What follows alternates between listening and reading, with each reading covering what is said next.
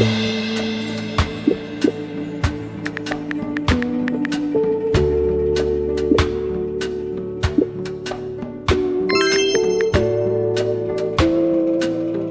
guys, welcome back. It is TheSirenSayz. Welcome to my commentary channel where I speak about movie, TV, and soon to come books, and everything I like, dislike, and the good, the bad, the ugly, all in through and in between those frames of media. So we're back with Tyler Perry's Sistas. It is Sistas Saturday. Disclaimers: these people are not real, these are characters. So any passion or lack of passion or disagreeing, me saying something you don't agree with, me saying something that you never even thought of, it's just a character, okay? If we're being passionate, we're also playing a part, like we're acting like we care, right? As usual, Tyler Perry, I have no idea what you're doing, but you can do whatever you want at this point. He's annoying me right now. So we're just gonna talk about what I cared about the least. And this means that I actually cared a lot, but after yesterday my energy has been drained, and so now I just want to get it over with. Part 1.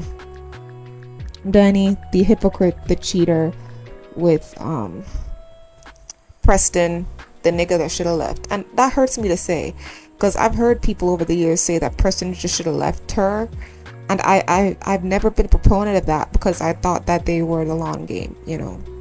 I was hoping. I didn't know. I was hoping. But after last week, I'm like, yeah, you know, I'm starting to see what you guys are saying now. Like, he should leave her. And what's playing in my head a lot is that lady who was into cows, and she was like a veterinarian or something. They had so much in common, but Preston couldn't even really see her because he was just using that lady to get Danny jealous. And now I feel so bad because I'm like, you know what? I want to see Preston with a nice chocolate lady. And I think that Tyler should bring this veterinary lady back. I want to see Preston apologize to her, and I want to see them redeem themselves together. A lot of people are just saying, well, Preston should just go on Zatima. Zatima doesn't seem like it's better written than Sistas. So to me, I think Preston should probably stay on Sistas, but you know, get back with the veterinary lady. If we're talking about what would I like, that's what I would like right now. Long story short, she came back, told half-truths to Preston the whole night. But Preston is clocking, you know, it doesn't really make sense that she's rushing to go to work. It doesn't make sense that she doesn't want to have sex. Even though that part wasn't necessarily very strange to me, Danny has said no to Preston when it came to sexual innuendos when she's just not feeling him, which is why I'm saying he does know her. It's like, okay, if you're refusing sex, then something is going on, right? It means that there's an issue, right? So he's not wrong.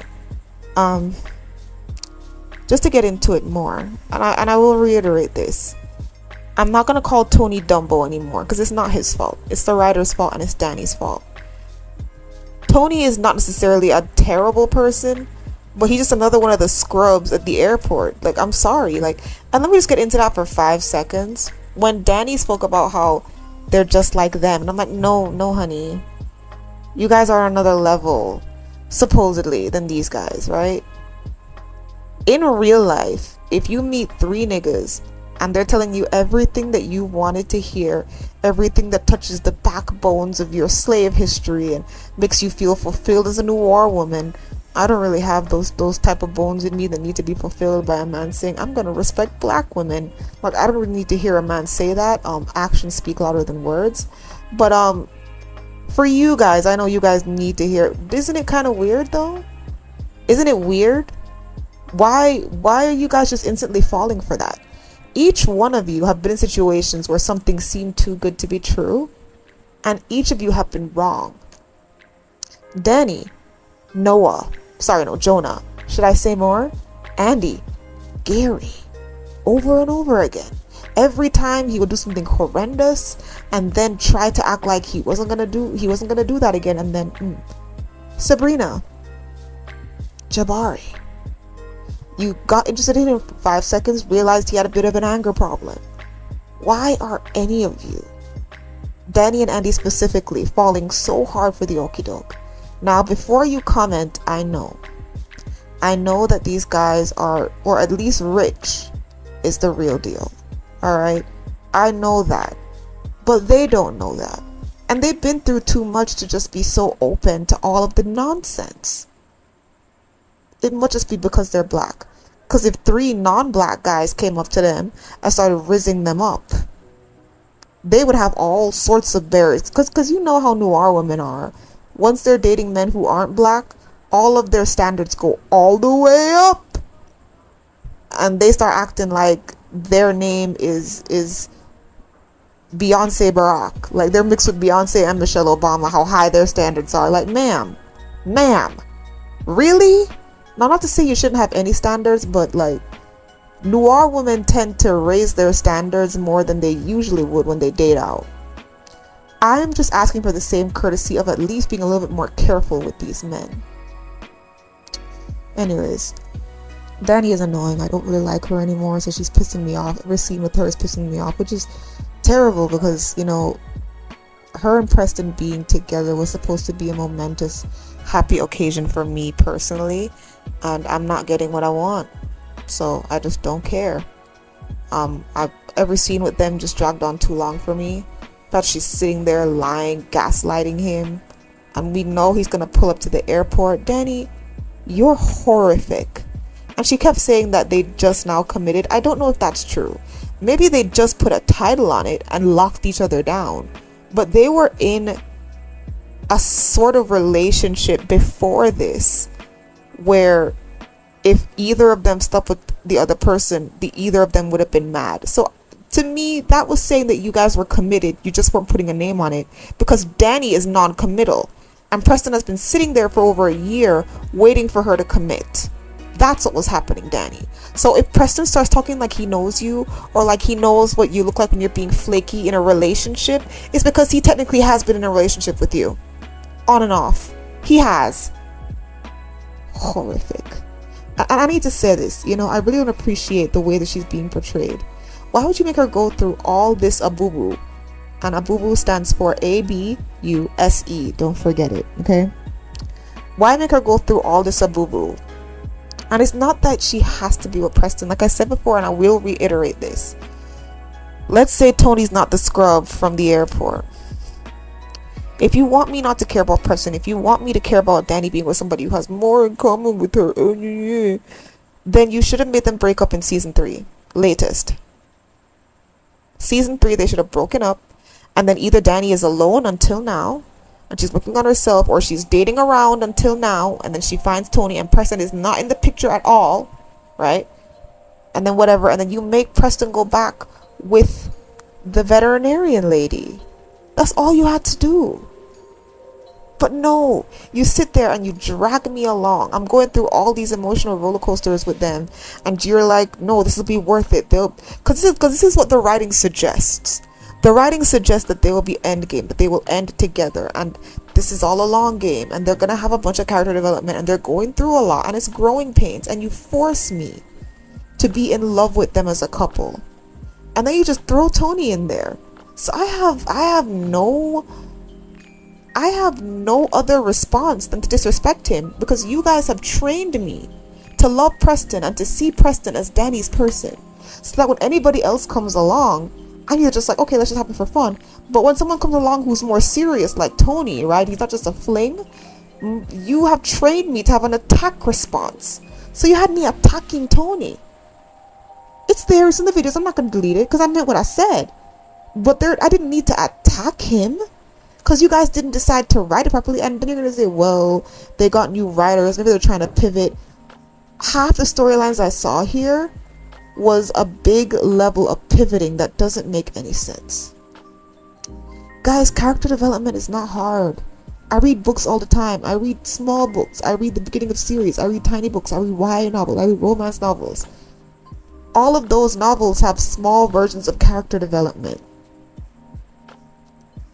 Why? You know what? I'm just gonna leave it alone. Obviously, I'll have more to say in the next episode when Danny heads to the airport. But she's not my favorite character anymore, and I don't like her, so next. Sabrina and them, I could have cared less. They don't know for some reason that they're not, you know, they're not on trial anymore, so, you know, Bio will get his money back. They don't need to worry about that. What I did not appreciate was the narrative that Bio is homophobic, like his explanation to her didn't hit her. She didn't see that she was being judgmental. She just saw it as him trying to excuse his homophobia by lying and claiming he's not homophobic, which means she still judged him for being African. Even though he lied about all those African stereotypes just to catch her up, she still came back to Maurice and said, "You were right." Sabrina, are you dumb? I'm asking for a friend. Are you dumb, sis? You're stupid. And I'm trying to switch out favorite characters to put you at the top, but this is stupid to me, and I don't like that. We might as well have just not spoken about Bio. Like, Bio is dead and gone. We don't speak about him anymore.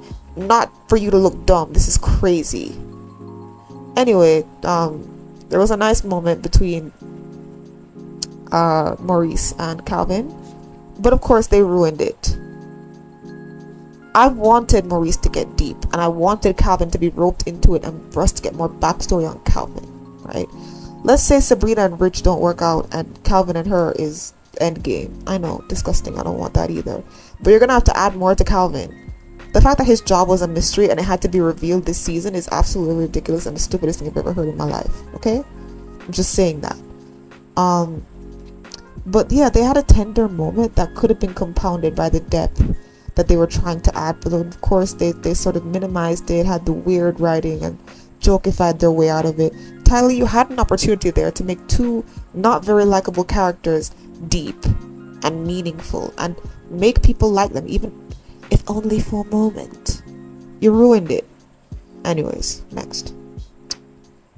Let's talk about Andy. Andy, I don't understand what's so great about Jordan. I don't get it. Number one, we didn't see enough of them two alone. And number two, what I did see was so cringy that I didn't even care. How is Jordan better than Robin? I know, but she's talking about him like she has never felt that way about any man. I guess that's Tyler Perry trying to say that the Jordan thing was an abuse of power, and it's more freeing for her to be with somebody. Not the Jordan thing, the Robin thing was an abuse of power because that was her boss, and so she could never feel as comfortable as she felt with Jordan. And you know what, like I said before, anything can be written well and any point can be an actual point if you write it properly. He just refuses to write it properly, so to me it's a slap in the face. Everybody who heard about the bus thing side-eyed her and said, ain't no scrubs? Can he pay my bills? I don't think you do, so you and me, Arthur. Like, yes. You had me agreeing with Karen. Like, what? She's like, well, no, it was kind of like a gag. Yeah, it was like a 15-year-old. A 15-year-old peer pressuring you to take the bus. Oh, you so bougie now you can't take the bus? Whatever. So, I'm gonna need Andy to take this very carefully. And Tyler, if Robin is out, let Robin be out. Tell us that Robin is gone. Okay? Put a little 2-minute scene in with Robin coming back, saying that he's leaving and he's selling the company to somebody else because he doesn't want to lose his assets playing with Andy and her little attack dog boyfriend. Right? I would hate that, but at least send him off in the right way. What is with you shutting down all of these storylines and making everybody wake up with the "because I'm happy" juices? It doesn't make any sense. Even though these storylines wouldn't be closed out satisfactorily, actually close them out. Don't just like erase people out of existence that you can't erase. Robin is way too integral to the story. He's literally the owner of Andy's firm. Are we ever gonna close up that storyline before you just erase him and drop Jordan? In my face, Robin light? Whatever. Let's talk about Hayden really quickly. I know he wasn't in this, but he's over here trying to... The only time I laughed and smiled was when I saw him with Tamira. The actress is back. So he's hanging out with Tamira and he's trying to, do a post-nup. I hope it works out for you, my boy. I hope it works out for you. Let's see where that goes. It's very interesting. I don't know if I want them to work it out. I don't know if I want Tamara to catch feelings. I don't know. It would be interesting, you know, a coupling that doesn't annoy me. Yeah, we could try that out. Yeah. Oh, so back to Sabrina for 5 seconds. I want to see more with her and Rich, and I don't really mind if Calvin is jealous or not. So let's just speed that part up instead of her being dumb, hating on Bio for having common sense. And here's why I'm saying is hating on Bio for having common sense, because Maurice literally said that Andy does not like him because of his personality. But how come Bio can't not like him because of his personality? Okay, that's all I gotta say on that. Alright, let's just get into the big stuff, the most important stuff. There's a lot going on. But let me talk about what I didn't like about it, and then I'll go to what I did like, because I liked more than I didn't like. It was just what I didn't like. Number one, Karen. The idea that she decided to be nice because a child was being a boo-booed. And let me tell you why I don't like that.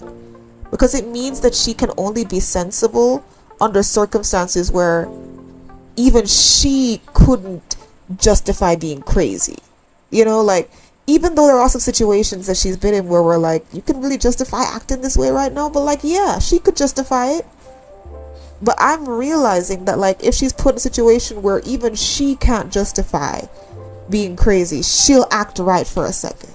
So like when she went to Andy's workplace and she wanted to shoot Fatima, but she can't justify shooting Fatima. So instead she just talks her crap and puts out the little fake letter. And here, she's about to hop up on Zach. She's about to jump up and start screaming. But then Fatima lets her know, like, this little boy's been abused.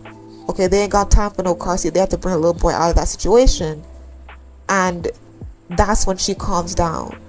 To the point where she buying food and car seats? Like, huh? What? And I guess this is supposed to go towards the narrative that it's really the hormones, because Andy was right. She don't usually act like this. This is usually how nice she is. No, she's not. No, she hasn't always been on 100 with her craziness. But the level of crazy that we have seen, lower it down to at least 30%. That's how she's been for most of the show before she got pregnant. A little unreasonable, a little strange, a little angry. That has always been her character. It's just been turned up to 11. Her being this nice is unheard of. I'm sorry. I can't remember watching the first 4 seasons before she got pregnant. I can't ever remember her being this nice to anybody. Anybody. So, Tyler, you can miss me with that. I'm just telling you right now, you can miss me with this reverse no jutsu. Like, no. That doesn't make any sense. Reversing mirror. This is not Shaolin Showdown. You can't just change her whole personality, make her almost BIPOC, and then, like, what? Blame it on the baby? Do better. Anyways, next thing that I did not like was, okay, is it that I didn't like it, or that I'm sorry, guys. Alright. So, the kid, right? Mini Zach Jr., ZJ, he's going through it, and, you know, just the idea that, like, Zach is going this ham because the boy was abused. I don't like that narrative. I want it to be that Zach is just doing this because that's his son and he cares. Why is it that the narrative has to be, and this is what is being written, right, that Heather has to be a horrific mom, right? Because it's kind of showing to Zach's trauma that he slept with a woman who possibly reminded him of his mother, and now his son is getting that horrific experience. I don't know. I just didn't appreciate that. It's not that I hated it, I just didn't appreciate that.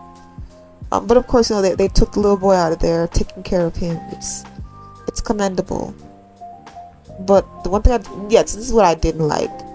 I didn't like the framing of them speaking to the little boy, giving the little boy all this hope, oh, you're gonna stay here with us, no one's ever gonna hurt you again. Like, Tyler Perry, I thought you were supposed to be semi-realistic.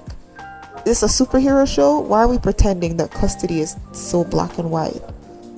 Even if they win the custody hearing, it's not going to be immediate unless they get video evidence or something of, like, abuse, where it's like, yeah, let the boy just stay with you while we work things out in court. Because you see at the end there, Heather rolled up with the police and took her son back, right? Like we all thought she would. I don't know why Fatima and Zach didn't think so. But yeah. So, you know, I just didn't like them leading the boy on. I know Zach doesn't know anything about the court system, but it's like, bro, like, it's not going to be that easy. You don't just have your son now. Like, you're going to have to go through some things to get him back. And I know a lot of people were appreciative of Zach checking in with Fatima, but here's what I see that in. I don't really see that as him checking in. I see that as reminding us, the viewer, that this is a lot. And for real, Fatima should not have to be going through this or being with this man, but here she is. So it's the least. It is the least. It's the bare minimum for him to be like, thank you for being here. I can't believe you here. If I'm with Zach, he gonna have to tell me that a lot. He gonna have to tell me that a lot. Because, my God, I want to know more about Fatima. Like, did Fatima even really want kids? What did she want? What would her life had looked like? I remember she came there and spoke to Andy about how, she got that scrub stuff. You know, she was with Zach when he was a scrub, but, you know, he had upward mobility. And I'm just like, I would have loved to have seen what it would have been like for Fatima to be with, like, a guy who had some money. Damn, what a thought. Legally, before you Zach lovers come in the comments saying Zach got some money. Who got some money legally? It's getting boring, guys. It's getting boring, and that's crazy, because if this one thing this show hasn't been, it's not been boring. It's been infuriating, annoying, full of itself, wrong, poorly written, but boring never. I've always been at least on tip of my toes, wondering what nonsense will be coming next, but now I barely care. Oh God, who am I missing? Anything else I didn't talk about, it doesn't matter, and it won't matter until the next episode. So for now, I'm done. Please do comment down below, because honestly, anything you guys have to say will be more interesting than this episode. Obviously, I spoke about Danny first, which was a mistake, because I think I forgot some of what I was trying to say, and I just got upset, and I just got melted down. But it is what it is. Sistas Saturday, we'll be back with another episode next week. Thank you guys so much for watching. I do have a Gen B video in the works.